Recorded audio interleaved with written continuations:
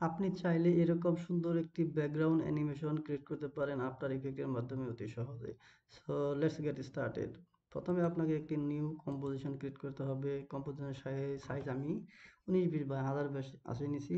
Just okay. দেন এখানে এসে আপনাকে একটি পেন টুলের সাহায্যে একটি লাইন ক্রিয়েট করতে হবে। শিফট চেপে ধরে যদি নিচের দিকে ড্রাগ করে যদি আপনি ক্লিক করেন তাহলে একটি সোজা সরাসরি একটি স্ট্রোক তৈরি হয়ে যাবে। এখন এখানে ফিল কালারটি অফ রাখতে হবে এবং স্ট্রোক কালারটি অন করে এখানে ক্লিক করে আপনি কালার চেঞ্জ করে নিতে পারেন। ঠিক আছে, এখানে ক্লিক করে এই আইকনে ক্লিক করে আপনি কালার আইকন চেঞ্জ করতে পারেন এবং এখানে আইকন ক্লিক করে এখানে কালার চেঞ্জ করে নিতে পারেন। Just okay. দেন এখানে এসে আপনাকে পেন বিহাইন্ড টুলসটি ক্লিক করে আমরা কন্ট্রোল চেপে যদি ডবল ক্লিক করেন তাহলে সেন্টার চলে যাবে এবং এখানে এসে আপনাকে অ্যালাইনমেন্টটি ঠিক করে নিতে হবে। শেপ লেয়ার এসে গ্রেডিয়েন্ট এখান থেকে আপনি কালার চেঞ্জ করে নিতে পারেন। এখানে ক্লিক করলেই কালার চেঞ্জ করা যাবে। অ্যান্ড দেন এখানে এসে আপনি যে বাট ক্যাপ এখানে রাউন্ড ক্যাপ মিটার জয়েন এখানে রাউন্ড ক্যাপ দিয়ে দিবেন। ঠিক আছে, এখন এখানে টেপার আসবেন। টেপারে এসে এখানে দেখতে পাবেন যে এন্ড একটি লেন্থ আছে অপশন, এই লেন্থ অপশনটা আপনি 0 আছে এখানে আপনি 100 করে দিবেন। ঠিক আছে, 100 করে দিবেন। এখন চলে গেল। এখন এখানে এসে দেখেন এই যেখানে ডট মার্ক দিয়েছেন, এই ডট মার্ক ক্লিক করে যদি আপনি এখানে সোজা টান করে যদি এখান দিকে আনেন, ঠিক আছে, তাহলে দেখেন এই যে এখানে আপনার কালার যে গ্রেডিয়েন্টটা, ঠিক আছে, এখানে দেখতে পাবেন। ঠিক আছে, এখানে দেখতে পাবেন।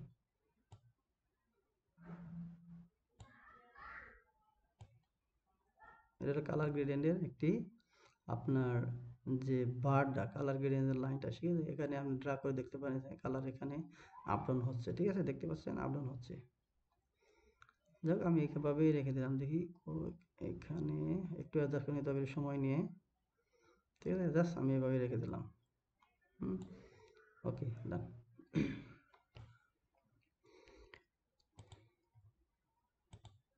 অ্যান্ড দেন এখানে মানে আপনি শেপটা সিলেক্ট করে রাখা অবস্থায় এখানে এক্সপ্যান্ড করবেন। করার পর দেখবেন যে অ্যাড নামে একটি অপশন পাবেন। এখানে এসে আপনি রিপিটার একটি অপশানে ক্লিক করবেন। রিপিটার অপশন ক্লিক করলে অটোমেটিক এটি 3টা কপি হয়ে যাবে। ঠিক আছে, এখানে ট্রান্সফর্ম রিপিটার এখানে ক্লিক করবেন। দেন এখানে পজিশনটি যে 100 আছে এখানে 0 করে দিবেন। একসাথে হয়ে গেছে। অ্যান্ড দেন এখানে আপনার যে অ্যাঙ্কর পয়েন্টটি এটা আপনার অ্যাডজাস্ট করে নিতে হবে। ঠিক আছে, অ্যাঙ্কর পয়েন্ট অ্যাডজাস্ট করে নেবেন। এখানে এসে যদি আপনি আমার টাইম লাইনটা ঠিক করে নেবেন। আমি ধরেন 10 সেকেন্ড একটা টাইম লাইন নিলাম। নেওয়ার পর এখানে দেখেন রোটেশন, দেখেন আপনি অ্যাডজাস্ট করে দেখবেন যে কোথায় আপনার জিনিসটা মানে অ্যাঙ্কর পয়েন্ট ঠিক আছে কিনা। ঠিক আছে, অ্যাডজাস্ট করে নিতে হবে। শেপ লেয়ার অ্যাঙ্কর পয়েন্টটা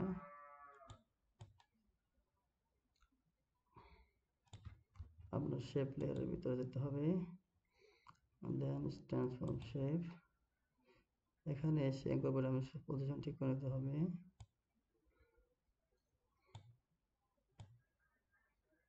অ্যাঙ্কর পয়েন্ট এখানে এই যেখানে অ্যাডজাস্ট করে নিতে হবে। ঠিক আছে,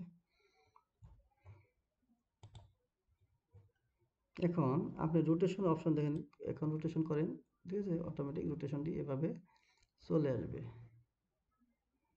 ঠিক আছে, রোটেশন এখন 0 থাক। ঠিক আছে, এখন আমি এখানে যে কপি হয়েছে আমার কপি, এখানে অটোমেটিকলি কপি আমার 3টা হয়েছে। এখানে ধরেন আমি কপি দিলাম 37টা, বা আপনি যে কোনো একটা আপনি নিতে পারেন, সমস্যা নেই। ধরেন আমি 30টা নিলাম, 30টা কপি নিলাম, 30টা কপি হয়ে গেল।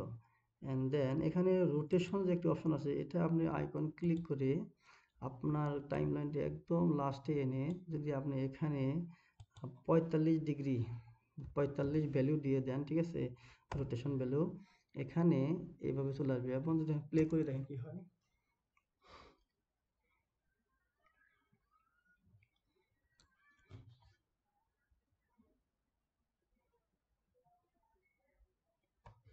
এরকমভাবে আপনি আপনার ইচ্ছা মতন কাস্টমাইজ করে ব্যাকগ্রাউন্ড অ্যানিমেশন করে নিতে পারেন। সো এটা স্কেল, এখন আমি এখানে স্কেলটা বড় করব। ঠিক আছে, শেপ লেয়ারে এসে ক্লিক করলে স্কেল চলে আসবে। এখন স্কেলটা যদি আমি 100 প্লাস করে দেই, ঠিক আছে, তাহলে এরকম দেখেন ব্যাকগ্রাউন্ড তৈরি হয়ে যাবে।